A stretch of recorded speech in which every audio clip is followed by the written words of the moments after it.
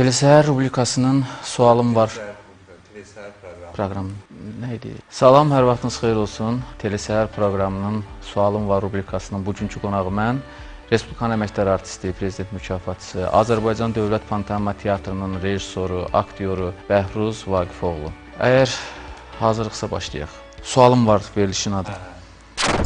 Sizin üçün pantomima nə deməkdir? Mənim üçün pantomima belə götürsək artıq bir həyat tərzidir. Çünki mən artıq 20 ildir pantomima teatrında çalışırım. Artıq mən pantomima teatrının bir simasına çevrilmişəm. Əgər nə vaxtsa öz teatrımı açası olsam, onu da məhz pantomima teatrının formasında, yəni Bəxtiyar Xanzadənin mənə öyrətdiyi, ondan öyrəndiyim teatr üslubunda açaram. Pantomima teatrı mənim üçün yaradıcılıq deməkdir. Atabəylər filmi karyeranız...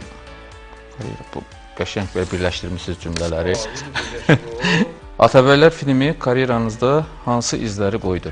Tarixi filmə çəkilmək bütün Azərbaycan aktyorlarının arzusudur. Təbii ki, mənim də arzumdur və bu layihə mənim həyatımda çox maraqlı izlər qoydu. Biz öz tariximizi yenidən canlandırdıq. Oradakı qəhrəmanların yenidən insanlara xatırlatdıq. Artıq kitabda olduğu kimi yox, bizim həqiqi bildiyimiz Şəmsəddin Eldəniz necə olar, Cahan Pəhləvan necə olar, Qara Sunqur necə olar, onları biz onlara göstərdik. Yenidən bu layihənin davam etməsini də çox istəyərəm. Çünki bundan sonraki növbədə olan Atabəy obrazı mənim öhdəmə düşür. Ən çox da buna görə istəyirəm. Bilirəm. Və bu çox möhtəşəm bir eyb yoxdur, oxuya bildim. Seçim şansınız olsaydı, hansı tarixi şəxsiyyətin rolunu oynamaq istəyərdim? İmkan olsaydı, Şah İsmail Xətai obrazını canlandırmaq istəyərdim. Gözüm bir-bir elədi, sizə baxmalıydım. Ora bax, ilk dəfə səhnəyə çıxdığınız zamanı necə xatırlayırsınız? Bunu unutmaq qeyri-mümkündür. Çünki sən bunu unutduğun an nələrisə düzgün etmirsən. İlk dəfə Dram Dərnəyində, Respublikanın əməkdar artisti Vahid Əliyevin hazırladığı Uşaq Yaradıcılıq Mərkəzində. Həmən günü mən çox əsirdim, titrirdim, çox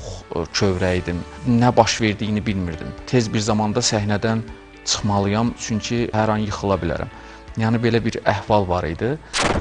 Xaricdən filmə və ya seriala çəkilmək üçün təklif almısınızmı? Çox az təklif almışam. Məsələn, Rusiyadan bu yaxınlarda dəvət aldım, imtina da etdim. Mən orada türk obrazı oynamalıydım.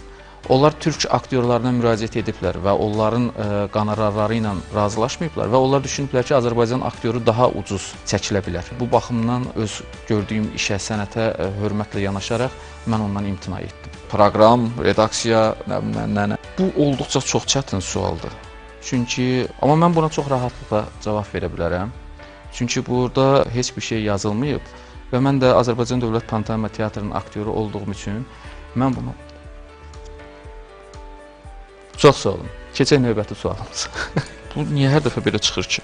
Rejissorluq yoxsa aktyorluq? Təbii ki, bu bir seçim deyil.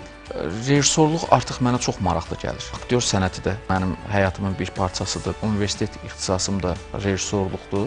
Əgər sən belə edirsənsə, bu bir başqa əhvaldır. Amma belə edirsənsə, tamam başqa bir əhvaldır. Teatr aktyoru ilə kino aktyoru arasında fərq nədir? Əvvəl məsələn bu sualı mənə versəydilər, mən bu suala belə cavab verərdim ki, teatr aktyorları tamaşada biraz geniş oynayırlar, kinoda gərək kamera üçün oynayasan. Amma bugün elə düşünmürəm. Peşəkar aktyor üçün kino aktyoru və teatr aktyoru olmağın heç bir fərqi yoxdur. Nə yaxşı sual verdiniz. O sualı verən tamaşaçıya təşəkkürümüzü bildiririk. Olubmu ki, kimisə pantomimlə başa salmısınız. Bunu edirsənsə yumuşaqdır, biraz bunun sürətini artırırsansa puldur. Tamaşada sən onu pantomimlə rahat başa sala bilirsən. Amma həyatda bu düşünürəm ki, mümkün deyil. Ta ki, övladımın anasına pantomimlə nəsə bir şey göstərəndə deyir ki, bura sənin üçün teatr deyil.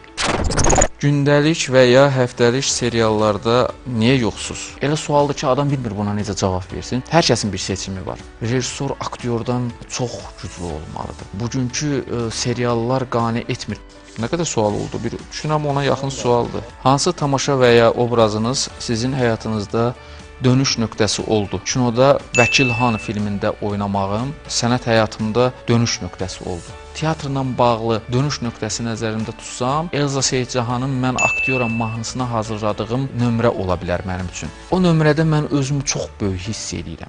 Saçın ucum hərməzlər, gülü solub dərməzlər, sar gəlin Elə suallar oldu ki, o mənim üçün yenidən o suallara döndüm. Yenidən tamamilə o suallara başqa cür baxdığımı gördüm və hansısa bir zaman qət elədiyimi düşündüm. Təşəkkür edirəm. Çox əla suallar idi, dəyərli idi. Minnətdaram.